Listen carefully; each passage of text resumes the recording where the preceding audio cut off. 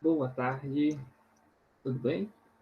Gente, estou fazendo esse vídeo aqui, pessoal aí do nono ano, sobre probleminhas envolvendo função afim, um caso particular, que é função linear, tá bom? Então, vou estar corrigindo aí alguns exercícios aí para estar ajudando vocês, ok? Se você gostar, deixe aí seu joinha. Se não é inscrito, se inscreva no meu canal, tá bom? Vamos lá.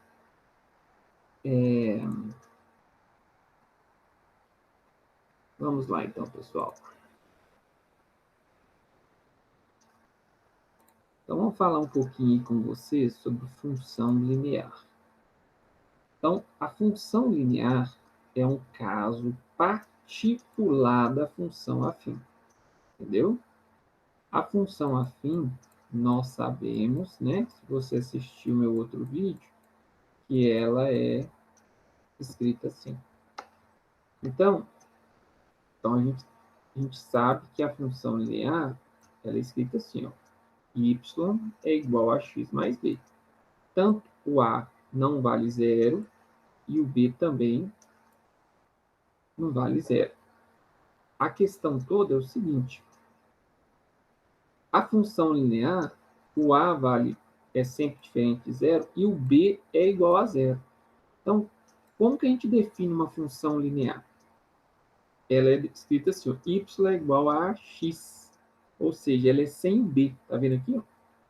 Y é igual a x. Por que? E aí você pergunta assim: e o b? Para onde que o b foi? O b vale zero. Entendeu? Por isso que eu falei que ele é um caso particular da função afim. Então, quando não tem o b, ela recebe um nome especial, função linear. Ok? Nós vamos fazer alguns exercícios agora para a gente estar identificando se ele vai cair na função afim ou se vai cair na função linear. Presta atenção aqui. Ó. Escreva. O que ele pediu? Escreva a fórmula. Então, escreva a fórmula matemática e expresse a lei. Gente, quando ele fala expressar a lei de cada função, ele está querendo o quê? Ele quer que você ou escreva ax mais b, ou você escreva ax. Tipo assim, 3x mais 4, entendeu? Então, qual que vai ser a lei da função em cada probleminha? Aí ele está falando o seguinte, olha aqui, ó. Em cada uma escreva se é ou não, por exemplo, uma função afim, entendeu? Ou se é uma função linear. Então, você já sabe que a função linear é um caso particular da função afim. Se o b vale zero, vai ser uma função linear. Vamos dar uma olhadinha aqui para a gente tentar entender aqui como é que vai ficar esse problema nosso na letra A. Uma empresa que conserta refrigeradores cobra uma taxa fixa. Então, você vai lá e sublinha.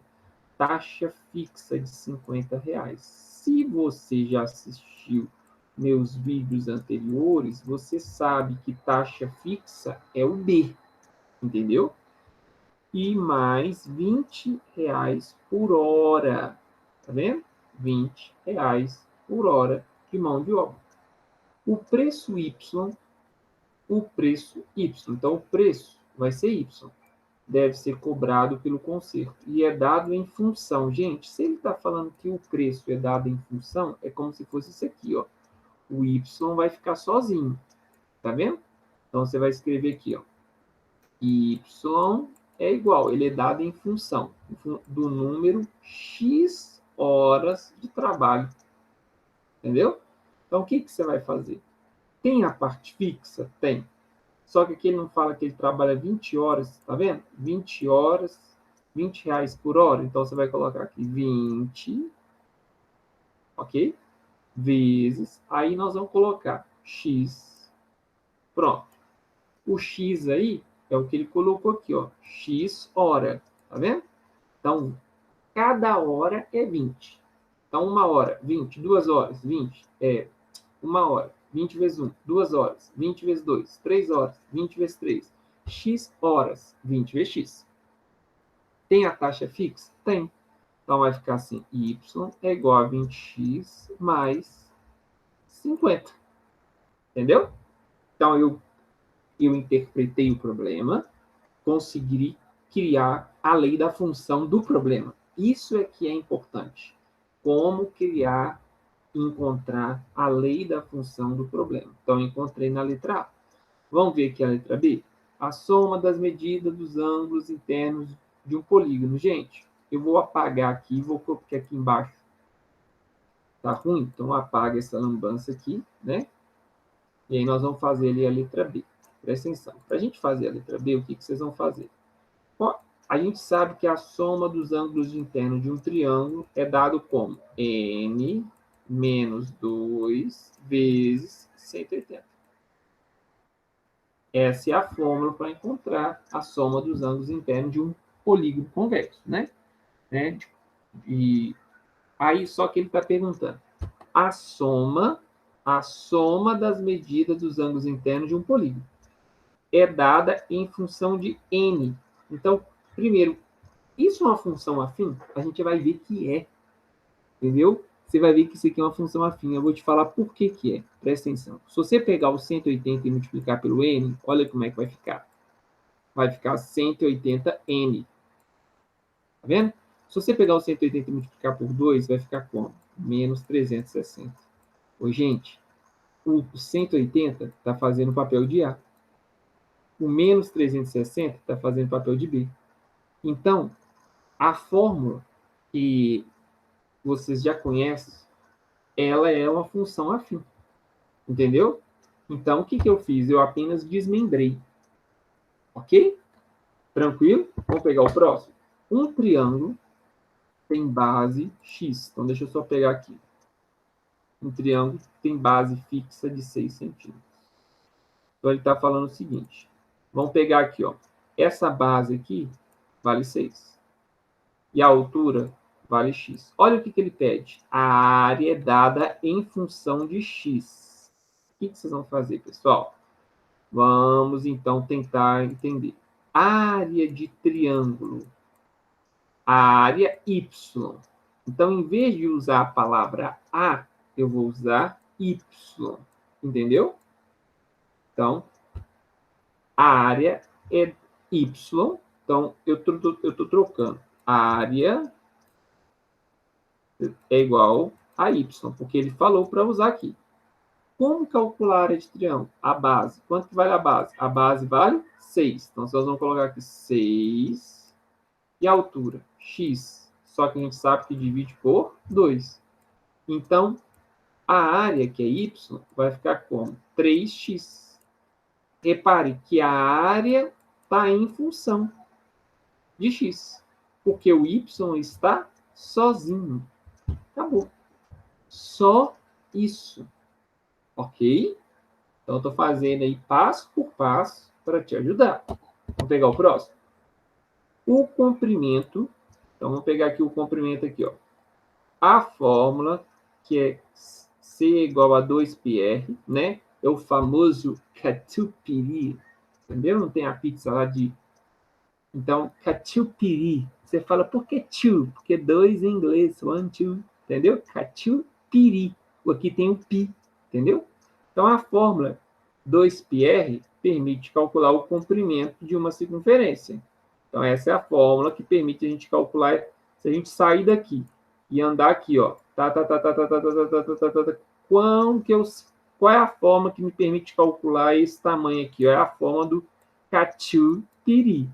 Entendeu? 2πr.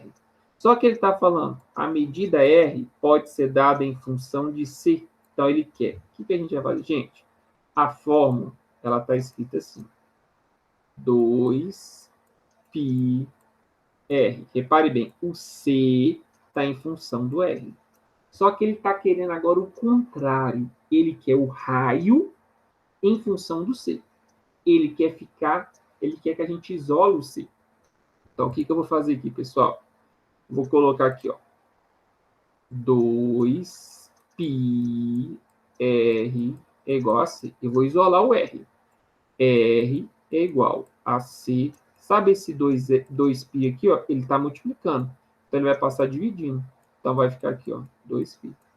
Agora, eu consegui colocar o R em função do C. Tá vendo que agora o R está sozinho?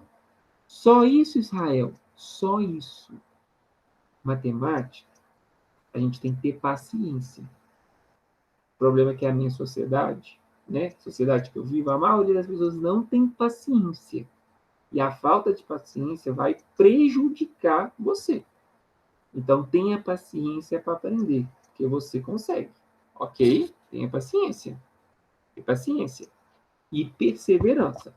Vamos pegar aqui, ó. Seu Bartolomeu, olha aqui, ó, produz bolos de festa e custa R$ 12.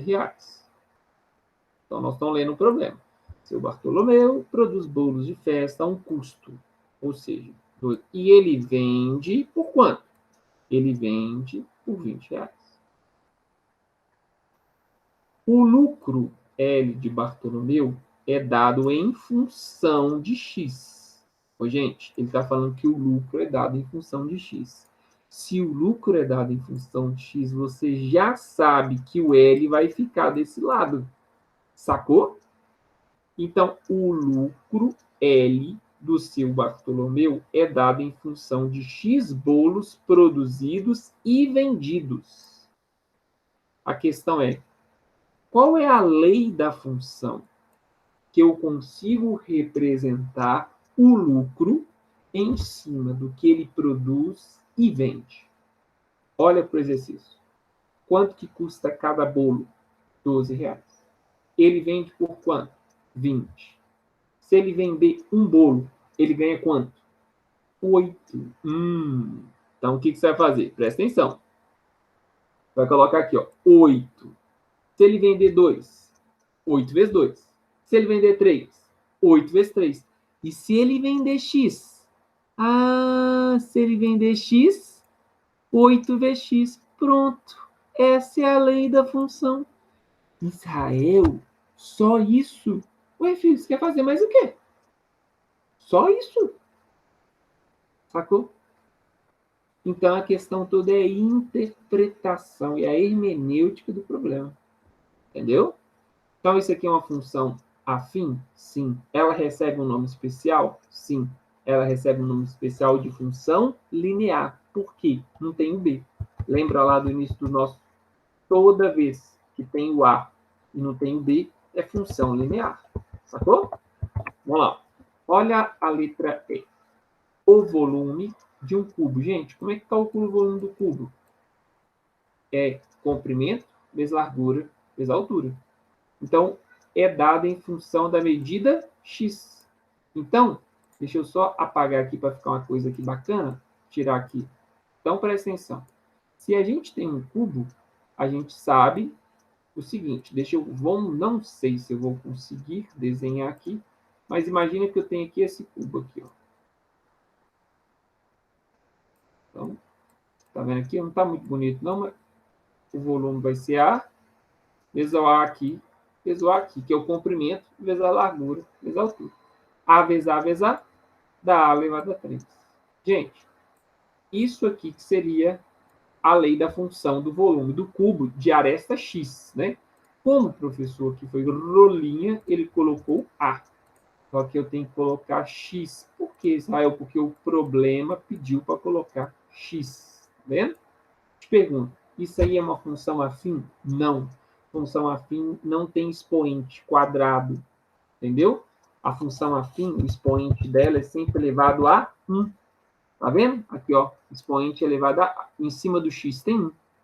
Então, se está elevado a 2, se está elevado a 3, não é função afim. Tá claro? Então, isso tem que estar muito claro. Então, a letra E é uma função, mas não é uma função afim. Não é função linear. Vamos para outro. Presta atenção. Escreva a fórmula correspondente de cada item e indique a característica da função linear. Tá vendo? Se é função linear, você tem que o y é igual a x, né? E o b vale 0, ou seja, você já sabe que não tem b. Então, vamos lá? Olha o que ele pediu. Ele pediu o seguinte.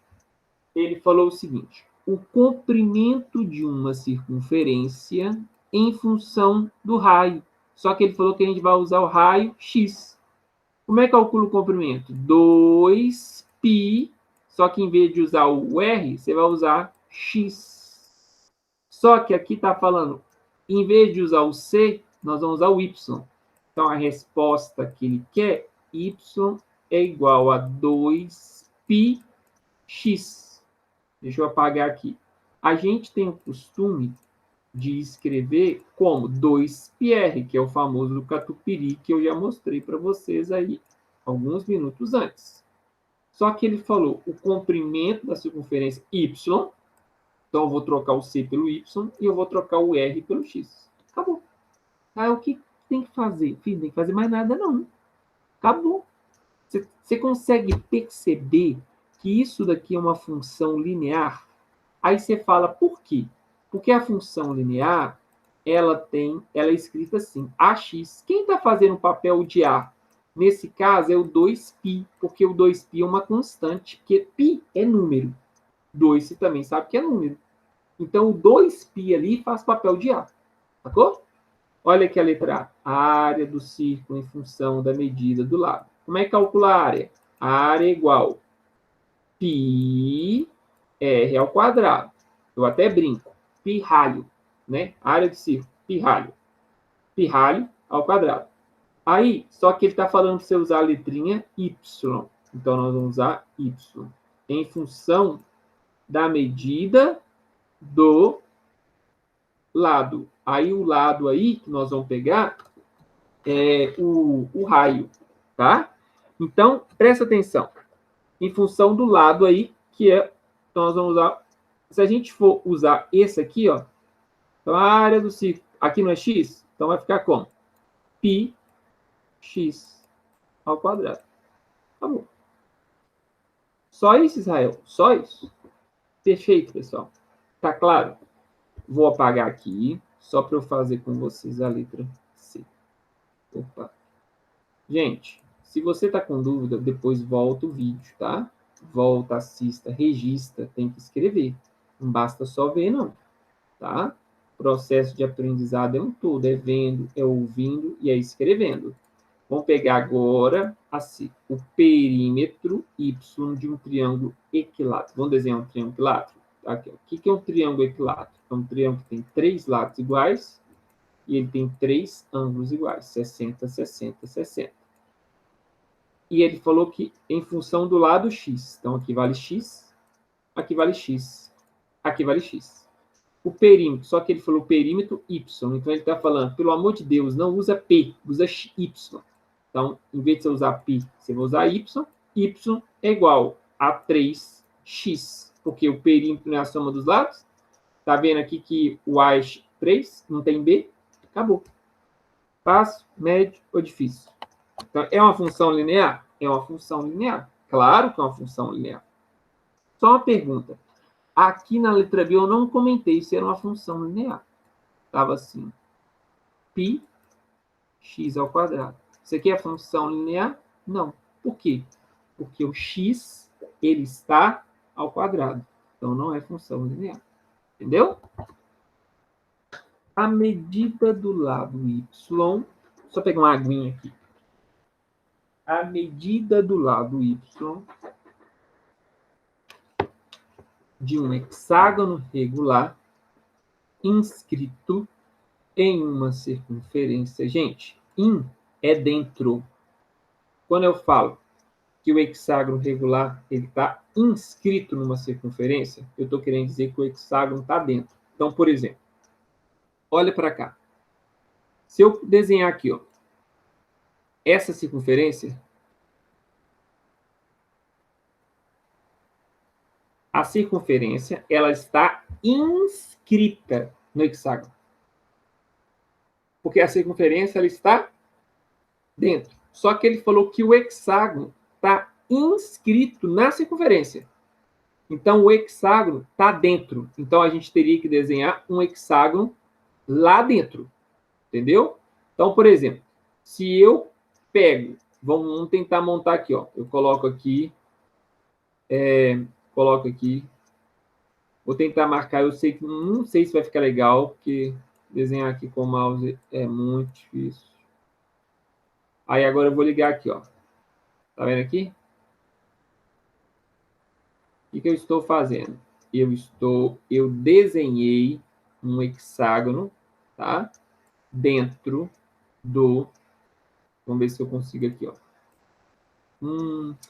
Eu teria que soltar para não apagar tudo. Deixa eu ver aqui. Opa, pronto.